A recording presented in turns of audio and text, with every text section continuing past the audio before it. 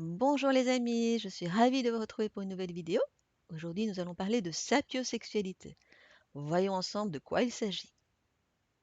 Alors, de quoi parle-t-on? Donc, l'idée n'est pas neuve. Ce concept a trouvé son titre, on va dire comme ça, aux alentours de 2012.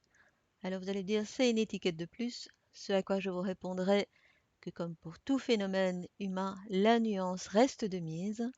Mais pour pouvoir échanger, il faut bien nommer les choses. Alors, explorons plus en détail ce que ce terme recouvre.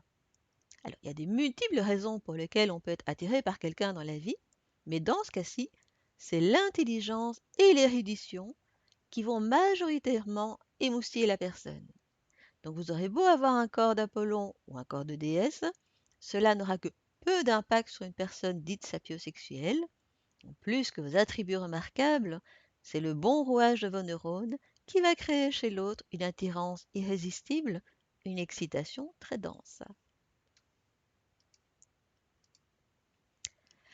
Évidemment, si en plus d'être intelligent, vous êtes canon aux yeux de l'autre, je dis bien aux yeux de l'autre, la beauté est relative, cela ne gâche rien. Alors, une hypothèse serait qu'il s'agit d'un reste de nos fonctionnements ancestraux. Une personne intelligente serait perçue comme étant plus susceptible d'assurer notre protection et de nous donner une belle descendance. Il semblerait aussi que le phénomène soit davantage présent chez les femmes. Alors, quels sont les éléments qui vont attirer, qui vont capter l'attention? Tout d'abord, une orthographe irréprochable. Donc, pour la personne sapiosexuelle, les fautes en la matière sont particulièrement rédhibitoires et vont souvent sonner la fin des échanges.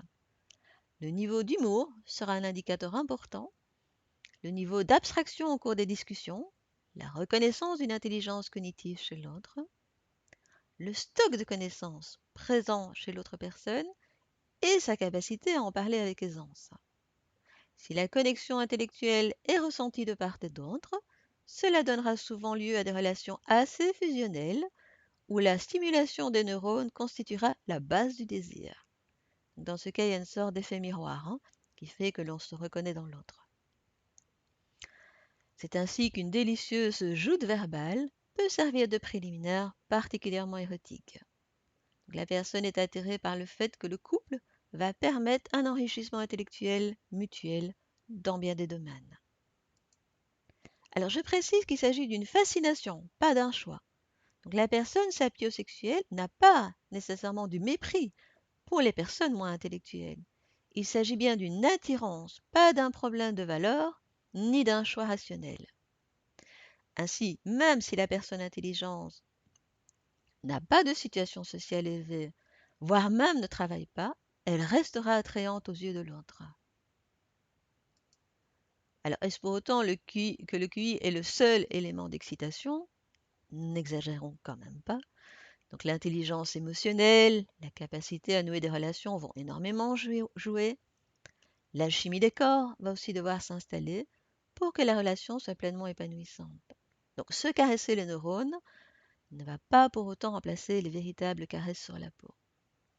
Donc, quels que soient nos facteurs d'excitation privilégiés, une interaction harmonieuse entre l'esprit, le corps et le cœur restera toujours essentielle. Si vous avez aimé cette vidéo, n'hésitez pas à vous abonner. Si vous avez des questions, vous pouvez aussi me contacter via mon site et vous inscrire à la newsletter. Vous trouverez les coordonnées de mes différents sites dans la description de cette vidéo. Quant à nous, on se retrouve bientôt pour de prochaines aventures. D'ici là, je vous souhaite plein de moments chatoyants et pétillants. À bientôt!